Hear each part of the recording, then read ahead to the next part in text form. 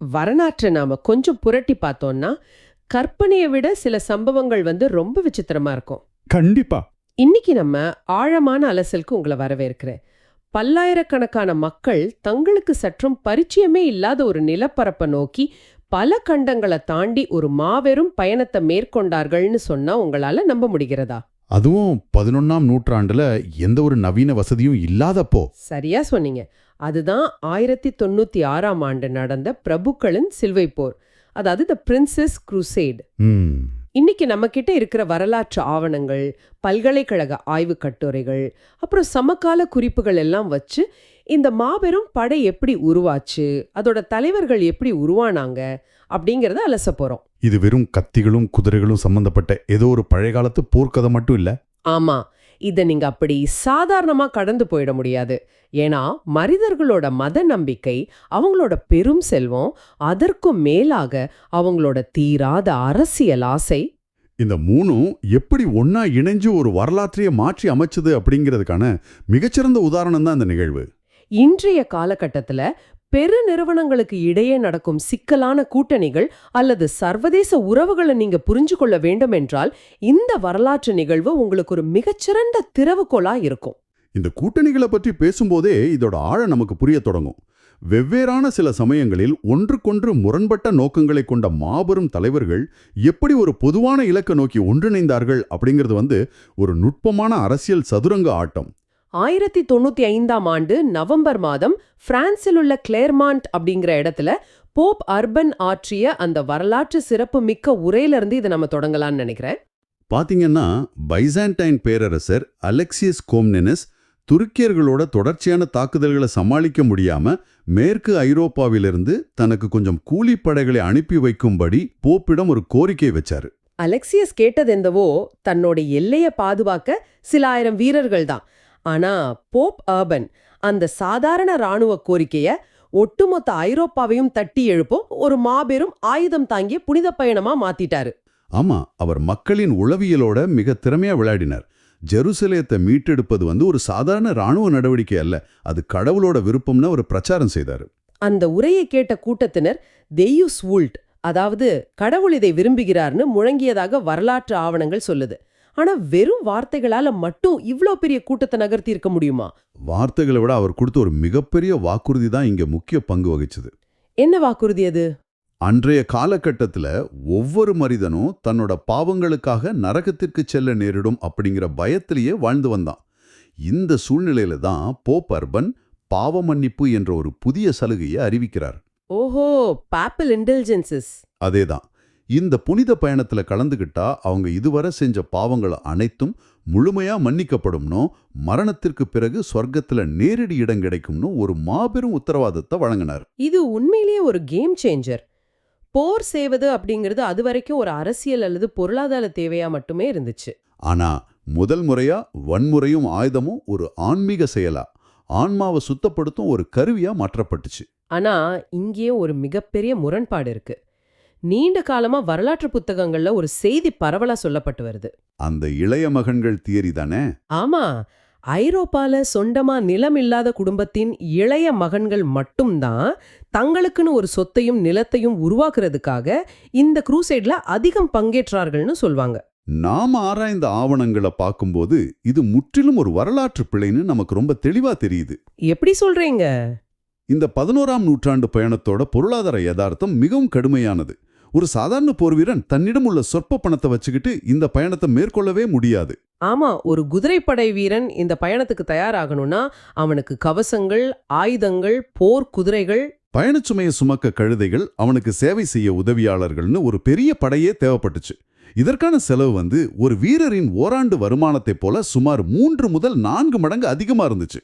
ஓராண்டு வருமானத்தை விட 3 மடங்கு அதிகம். அப்படியென்றால் அன்றைய ஐரோப்பாவின் பெரும் பணக்காரர்களாலும் மாபெரும் பிரபுக்களாலும் தான் இந்த செலவை ஈடுகட்ட முடியும். சரியா சொன்னீங்க. அதனால தான் இதை நாம பிரபுக்களின் சிலுவை போர்னு அழைக்கிறோம். இவ்வளவு பெரிய தொகையை திரட்ட பல மாபெரும் பிரபுக்கள் தங்கள் பூர்வீக நிலங்களை விற்றார்கள் அல்லது அடமானம் வச்சாங்க. தங்களோட பரம்பர சொத்துக்களை பணயம் வச்சுதான் இதுல இறங்கி இருக்கிறாங்க. ஒரே நேரத்துல பலரும் நிலங்களை விற்க முற்பட்டதால நிலத்தின் மதிப்பு கடுமையா சரிந்துருச்சு இல்லையா? ஆமா, உள்ளூர் தேவாலயங்களிடமும் வட்டிக்கு கடன் கொடுப்பவர்களிடமும் பெருமளவு நிதியை பெற்றுக்கொண்டுதான் தங்கள் பயணத்தையே தொடங்கினாங்க. இதுக்கு மிகச்சிறந்த உதாரணம் நார்மண்டியின் டியூக் ராபர்ட். இவருடைய கதை என்ன ரொம்பவே ஆச்சரியப்படுத்துச்சு. வில்லியம் த கான்க்யூரரோட மூத்த மகன். ஆமா, ஒரு மாபெரும் சாம்ராஜ்யத்தின் வாரிசு. ஆனா இந்த புனித பயணத்திற்காக ஒரு பெரிய படைய திரட்ட அவருக்கும் பணம் தேவைப்பட்டுச்சு. அதுக்காக அவர் என்ன செய்தார் தெரியுமா? தன்னோட சொந்த சகோதரன் கிட்டயே முழு நார்மண்டி பகுதியையும் இங்கிலாந்து ராஜாவான தன்னோட சொந்த சகோதரனிடமே 10,000 மார்க் வெள்ளிக்கு அடமானம் வைத்தார். ஒரு முழு ராஜ்யத்தையே அடமானம் வச்சுட்டு பல ஆயிரம் கிலோமீட்டர்கள் கடந்து ஒரு போருக்கு செல்வது சாதாரண விஷயம் அல்ல. இது எப்பேற்பட்ட ஆன்மீக அர்ப்பணிப்பு அல்லது எந்த அளவுக்கு ஒரு குருட்டுத்தனமான நம்பிக்கைன்னு நீங்களே யோசிச்சு பாருங்க.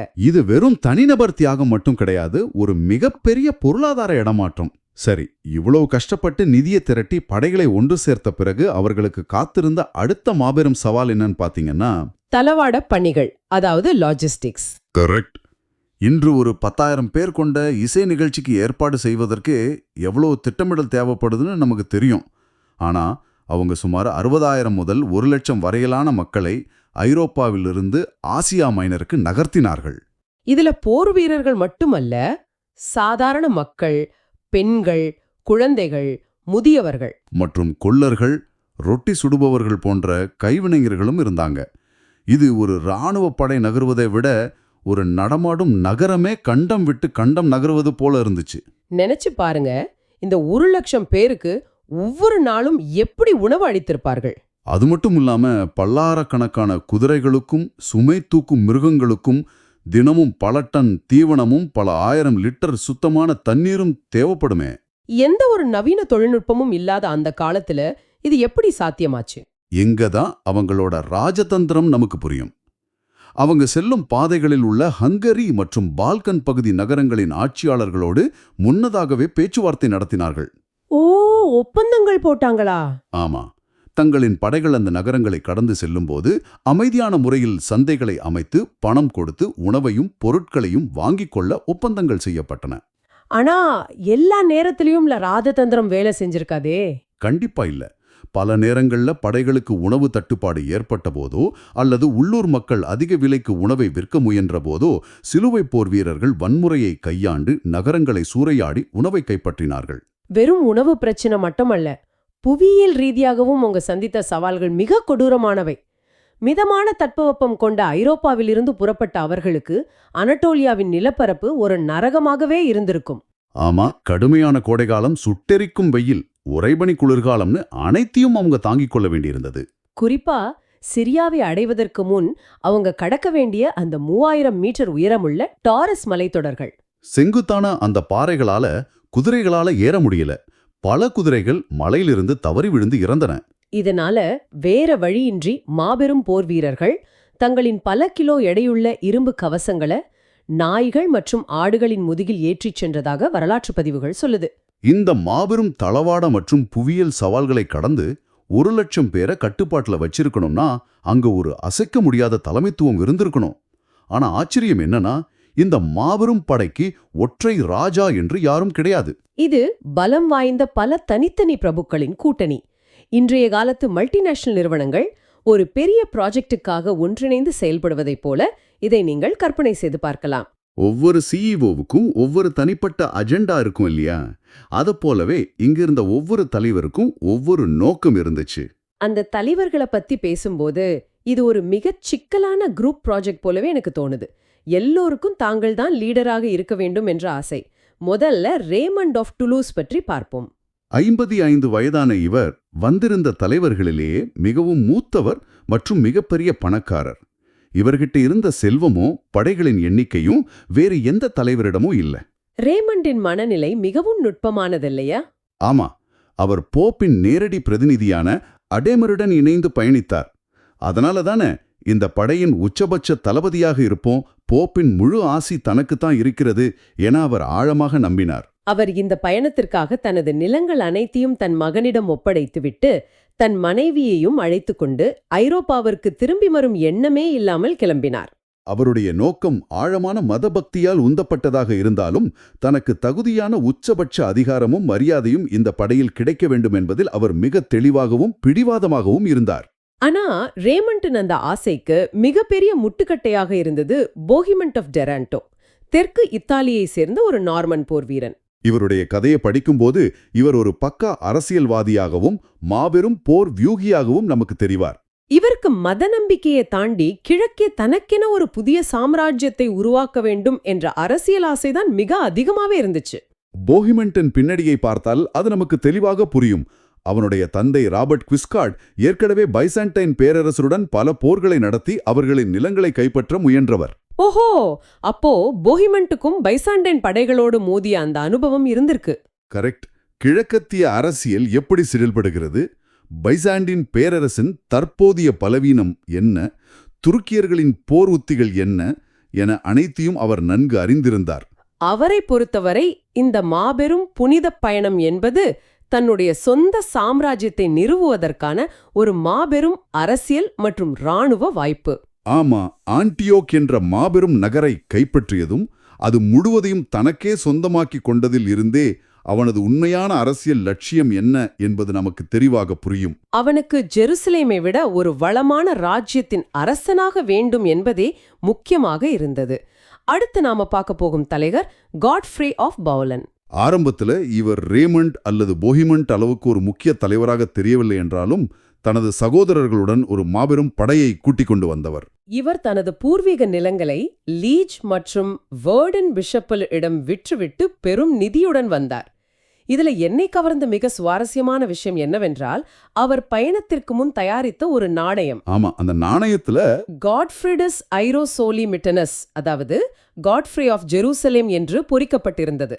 ஐரோப்பாவை விட்டு செல்லும் போதே ஜெருசலேமே தனது இறுதி இலக்கு என்பதையும் இது ஒரு ஒன்-வே டிக்கெட் என்பதையும் அவர் தீர்க்கமாக முடிவு செய்திருந்தார். இதிலிருந்து நம்ம புரிஞ்சு கொள்ள வேண்டியது என்னன்னா, அவர்கள் அனைவரும் ஒரே படையில தான் பயணிக்கிறாங்க, மேலோட்டமா ஒரே இலக்க நோக்கி தான் செல்றாங்க.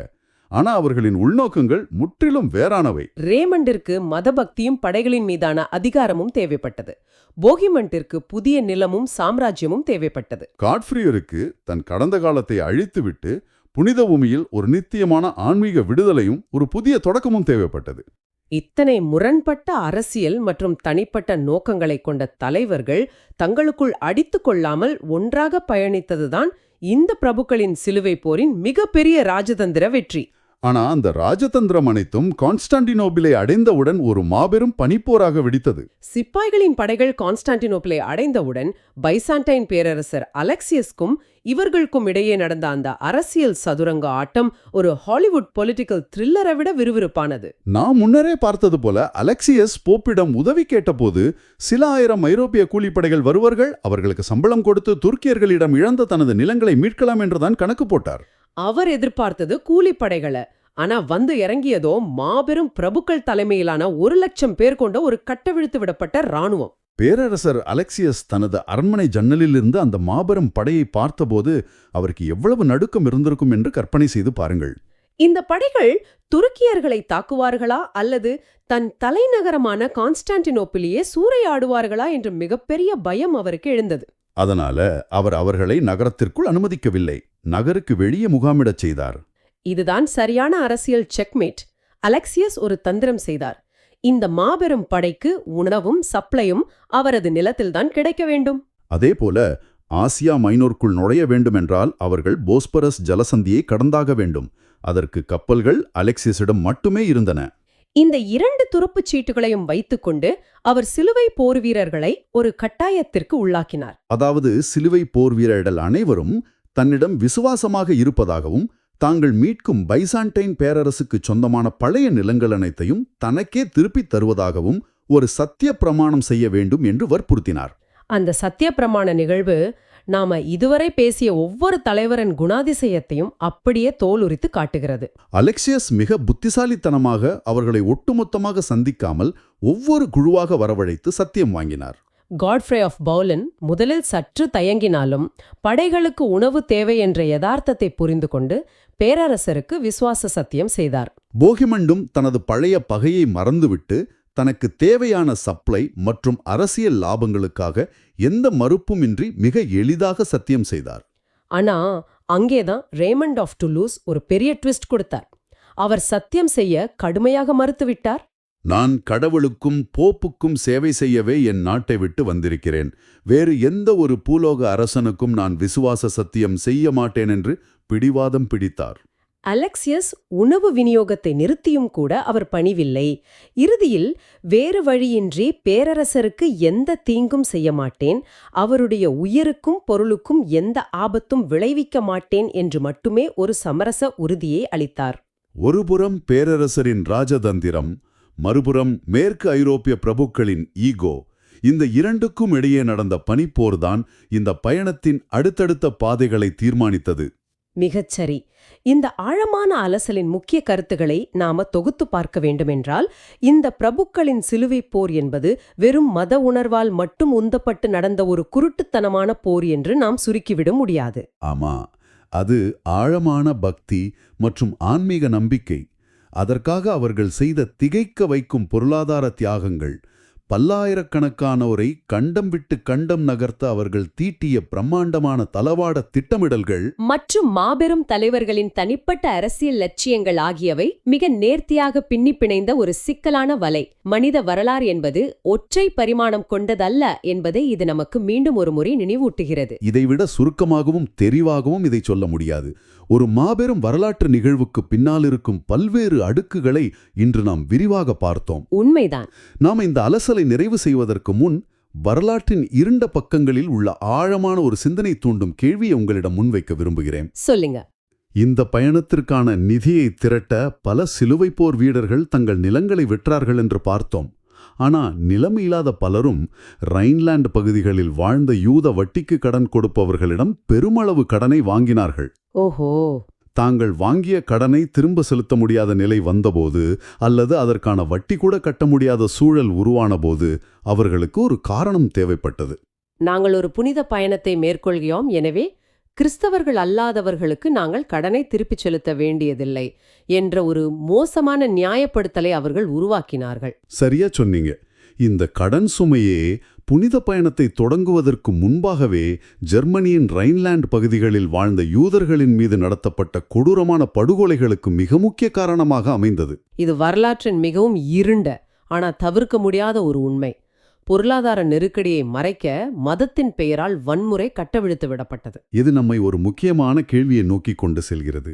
ஒரு மாபெரும் புனித பயணம் தனது சொந்த அண்டை அயலாருக்கு எதிரான தீர்க்க முடியாத கடன் மற்றும் கொடூரமான வன்முறையின் அடித்தளத்தில் தொடங்கப்படும் போது அதன் இறுதி வெற்றி அல்லது அந்த பயணம் உண்மையில் புனிதமானதா தானா?